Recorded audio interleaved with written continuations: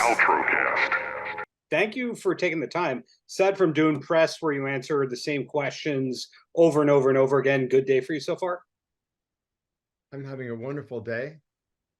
Well, Yeah, I had a big article come out today in the New York Times by Jim Farber. So I'm very happy about that.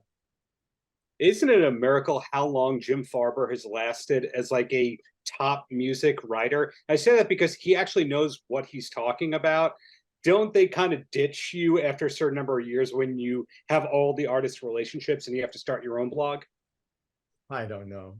I don't know anything about that end of the business, but I'm just delighted that, we had a great interview and, he wrote some very nice things about me. So Hey, it is well deserved. There's going to be plenty of compliments to come from me. And the first goes when I had the pleasure of speaking with you in the midst of the pandemic. At that time, your book was forthcoming. So, congratulations on seeing that all through. How many years, all in all, did it take to write this book?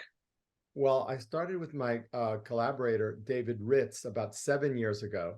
That's when we met and we began this very, gorgeous journey together all over the world. We wrote in Greece, in New York, in LA, in Nashville. And it was just a wonderful exploration of my life and went to places that I had just completely forgotten about or wanted to forget about. So it became a real reckoning also. And, you get to a certain age where you're holding on to all your memories and you just don't want to forget them because your identity is all, mixed in with your memories. Sometimes a lot of those memories aren't real memories. They're as one wish it were. So that's why it's a reckoning, because I had to reevaluate, my relationships with, especially, the artists that I worked with through all these years, and also, see, acknowledge what a beautiful life I have today with my husband, Curtis, and we've been together 34 years, and our sons are 21 years old. They're in college, and, they turned out great. So, I have a lot to be thankful for. Right. Also, during that 2020 interview I did with you, the Ava Max cut was a new thing. And when you think about it, if the book took 7 or so years, it was written before the Ava Max thing, which led you to statistically having the hits in the 70s, 80s, 90s, aughts, 10s, and 20s. That also preceded the Countess Luann cut that you had, the Weezer, the regrouping with Bonnie Tyler. I'd have to imagine that you rewrote the book, that there was more to add after you thought you'd finished it. I thought we had finished it, and then I got a chance to work with Barbara Streisand, and I wrote a song for her. I solely wrote it, one of the rare songs in the last 40 years that I've solely written, and it's called Lady Liberty. Mm-hmm. And it was a tribute to the Statue of Liberty. Mm-hmm. And it's one of the most, meaningful songs to me, especially the way she sang it, because it just really resonated with her feelings. And then of course I have a chapter now called Barbara Land. And then after that, I got invited to perform at the Odeon of Herodotus Atticus at the foot of the Parthenon, and where it's it's a 2,000-year-old amphitheater, marble amphitheater created by a Roman, and the Parthenon was created 2,500 years ago, and it was all a benefit for the Acropolis Museum, Mm-hmm. for the to encourage and to fund the education about the return of the Parthenon sculptures, which were very cruelly ripped out of the Parthenon and taken to England, and without real proper approval of the Greek people. I mean, Mm-hmm. you talk to any Greek person, and that they'll come to tears if you ask them about the Parthenon sculptures. So imagine if in England somebody had taken pieces of Stonehenge away. and then they were trying to get them back for hundreds of years. You know, you know, Stonehenge and the identity of, you know, England, you know, are hand in hand, and of the British people, and it's so beloved. It's the equivalent. And it's arguably the best song by Spinal Tap too. Okay, bad joke. Well, so when I said there's going to Oh, be anyway, Alice Cooper performed in my show along with Bonnie Tyler, yeah, and had a beautiful reunion. Rita Wilson, the band The Rasmus, who I'm working with now, co-producing with Marty Fredrickson, their next album. So, you know, I'm very much, you know, an active participant in the music business. right. It hasn't ended. It shows no sign of ending, and that leads into a compliment here. What can you take a compliment, or are you maxed out for the day? No, bring it on. Okay, so your name is a name that gets said in our household a lot, and it's become an inside joke. You know how partners have inside jokes, and I'll say to somebody, "Hey, you know who wrote that song?" And my wife will go, "Desmond Child." That just happens all the time. Doesn't matter what genre it is. I'll say, "You know who wrote that song?" And my wife just, "Desmond Child." That's how many songs you've written that, you know, we had your songs played at our wedding. And I'm sure you hear that every damn day.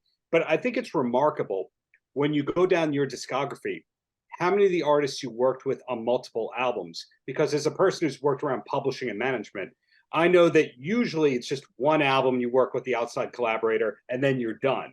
But Bon Jovi, Aerosmith, Bonnie Tyler, Weezer, etc., you have these long-lasting relationships. So my question, because there wasn't a question, is do you spend a lot of time on your holiday cards and your correspondence with the artists to stay on everyone's good side? Well, I don't look at it that way. You know, I think that, you know, we come together as equals, and, you know, if somebody doesn't want to work with me, they don't have to. You know, if they do the math and realize that songs that I collaborated on, you know, have been, you know, successful and are still in their shows, then maybe they should come back and see if there's more gold in that mine. Right. So these days, how many days a week on average are you actually writing? Well, I don't know. Right now, I mean, I I came back from Greece, and Marty Fredrickson and Laudi Yulin had been with me um, in Greece, and we wrote 18 songs. So of those 18, there was one I had done with Laudi before that is staying on the record. So 9 of those songs out of the 18 were selected as ones that are going to make it on, you know, have a life. And so we're now, like, after this Zoom, I go into a writing session going over the lyrics of the final songs to make sure every single thing about it rings true. And so, you know, I'm working all the time, you Right. know, and I have other collaborators, and we have songs I just wrote with my Rock Mafia collaborators, Antonina Armato Mm-hmm. and Tim James Mm-hmm. uh, of Rock Mafia. And we just, you know, we started a great song, and then we decided to go on a dinner break. And then the other half of the night was just at this fantastic restaurant in LA that was called Fia's Steak. And it was pretty much the most expensive meal I've ever had in my whole life. And they picked up the tab. So now I owe them for like 20 meals from that one meal. And so, you know, it was so wonderful. I hadn't seen them since before COVID. Mm-hmm. And we had the big success with Zed, Mm-hmm. Beautiful Now. And it was just like being with family. And I actually prefer writing with professional songwriters. Oh, I've never heard that before out of the countless co-writers that I've spoken with. No one except you likes writing with the songwriters as opposed to the artist. Well, no, because the art, if you write with the artist, um, you know, you enter their world and their culture, and it's, you know, in order for them to survive, all the energy has to be all about them. If they don't have that, they're not going to be stars. But it is a very, kind of sometimes draining experience, Oh yeah. to stick with, how do you, this is a meteoric, you know, kind of star moving across the sky, and you have to hop on, and so it's so much more relaxed, especially here in Nashville, because it's, the songwriters get together and write the songs. And rarely do they get to actually collaborate with the artists. That happens more and more now these days. But to me, it's the most fun. It's the camaraderie of people that really have a lot of great war stories to tell about, their experiences with the stars. Yeah. And I find it the most fulfilling, honestly. So there's no writer's block for you at the moment. There never has been. I think that some people, they have, maybe problems in their lives, and then they take it out on, maybe from their childhood or whatever, and they take it out on areas of their life. I never took it out on my career. It's like, never has there been a writer's block. Never have I stopped. Never have I been not excited to walk into a room, whether it's with an artist or songwriters, and start creating, being in the sandbox, playing. That's just never gets tiring. Yet I can see how in my relationships in the past, a lot of that childhood stuff was played out in those areas. It's bad when you have to play it out in all areas, right? Yeah. Makes sense. Well, Go ahead. sorry to cut you off there. Leading into another compliment here, a lot of people who've had success as outside writers, usually it's relegated to one genre aside from samples and interpolations.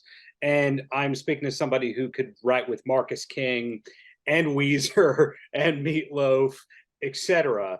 So when did you kind of realize it was a blessing that you were not pigeonholed to one genre, unlike a lot of your peers?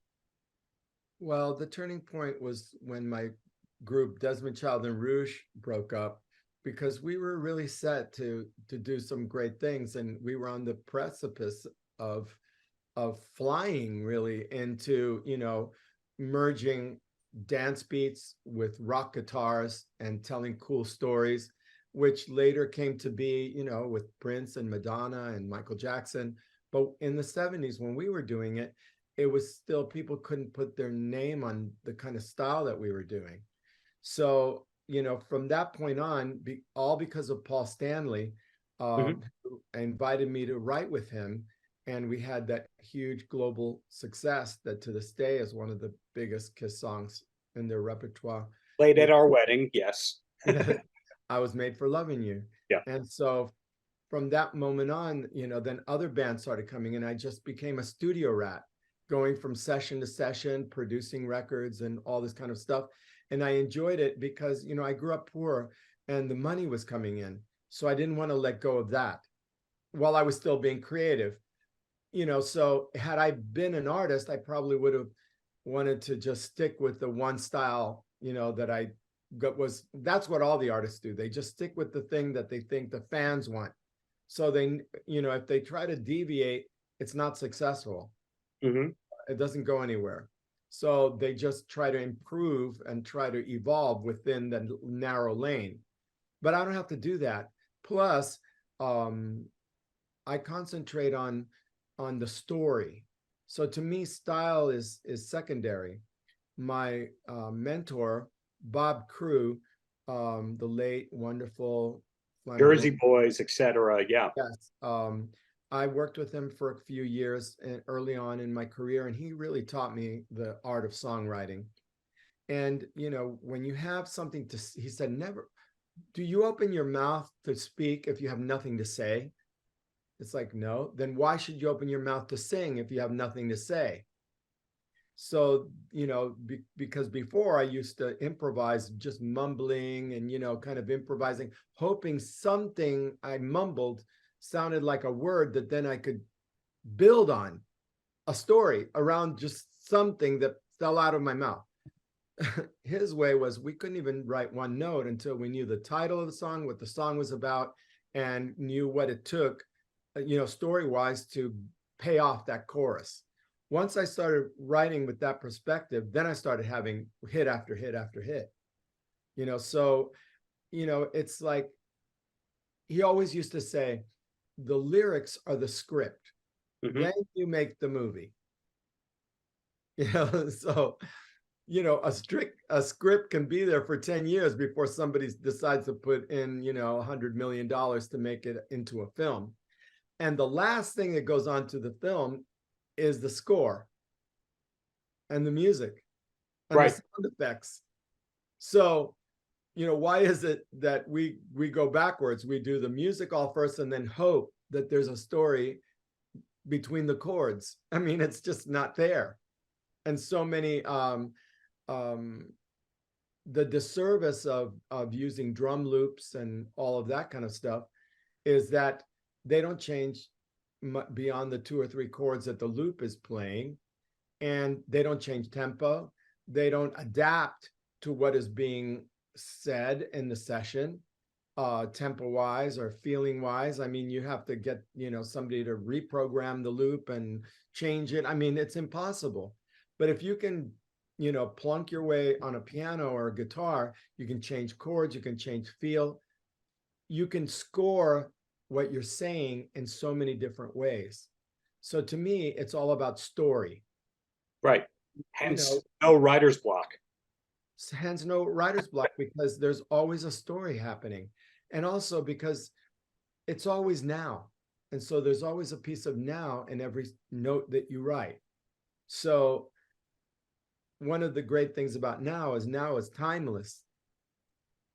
Yeah. So if you're speaking of human stories that are timeless, it will always be true, and people will always relate to the song like they do Livin On A Prayer. It just doesn't get old. It closes every bar. It closes every wedding. The Don't Stop Believin' into Livin' on a Prayer, or vice versa medley, and the song lives on. Well, do you have time for one more question / topic, and then I'll let you go? Oh, you don't have to let me go. I can answer more if you wish, or am I, holding you up from your next interview? Never. You are the third and best interview of the day. No offense, Greg Proops. So the question, I'm hoping you can help clear up a mystery, a classic rock mystery for me. So the last time I spoke with you, you told me a great story about how David Lee Roth and you had a meeting, and he told you do you want to see what I'm all about? And he brought in a stripper who did a strip tease, and it was 2 strippers and spike heels, overcoats like spies, and fedoras, black hats. And so, pretty soon the hats went off, the coats went off. I don't think the heels ever came off, but they were like, writhing on the floor like a couple of snakes.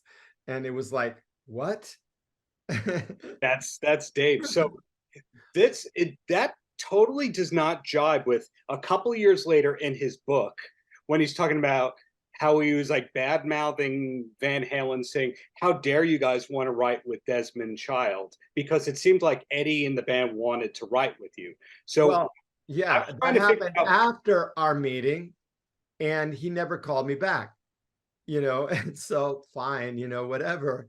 And then I got asked to try going to write a song with Eddie and the guys in the band. And guess who drives up there, like almost like he knew the session was happening? David Lee Roth in a convertible. And he like drives up there, and we were sort of like all kind of getting it together to go in to the house or into the studio to write up at the house. And all of a sudden he's like there in the middle of it all, and the fact is that we couldn't have our session, so he came to bust it up. So it's like, okay, well, why don't we all write together? I thought, well, I wasn't about to get involved in a sibling squabble, so I just left. So the mystery has been kind of solved with that. No songwriting got underway. It almost happened, but was this the kind of thing where Eddie reached out or his publisher talked to your publisher to arrange it? I don't know how it happened. I don't, I can just imagine it was probably the label or the management hoping that they could have another hit, and they saw that my songs with different bands were getting charted. Yeah. So you didn't have to do a lot of math to like, hey, what's the harm in trying? But we never got to try, because the other guy showed up. And this was at the time when they were trying to find another lead singer too. So there was a lot of kind of how the exes always get a little jealous of the new one and all this kind of stuff. So it really felt like family stuff. Right. So putting this all together here. So anyway, that wasn't, he might have, after the striptease, he might have felt that I was, not, somebody that would respond to his hetero kind of music. So maybe he was judging me on that account because I didn't kind of go crazy about the female strippers. I don't know. I mean, what was I supposed to do? Throw myself into the middle of it? That maybe you were, but taking it back to you though, and the book, I have to imagine that there's a lot of leftovers, a lot of things that didn't make the cut. So any chance we'll ever see a second Desmond Child book in the future, or an updated edition or that kind of thing? I've been working on a book with Jody Marr. Oh, and Jody Marr is an incredible songwriter and producer. She wrote and produced Grace Kelly with Mika and many other things, also in Latin music as well, because she speaks perfect Spanish. And we've worked together for years. She was, so she's now a professor at Belmont. And so we said, she said, there's a real need for a real college textbook on songwriting. Not like the book I just wrote, which is all about who I slept with and didn't, but a book about the mechanics, the real like nitty gritty of songwriting. And so we've been working on it in, bits and pieces. And, now that my book is out, we have to get back to it. So that's what I'm doing, for our next book. And, so there are beautiful books on songwriting, but there hasn't been one that, that people feel they can base a college course on.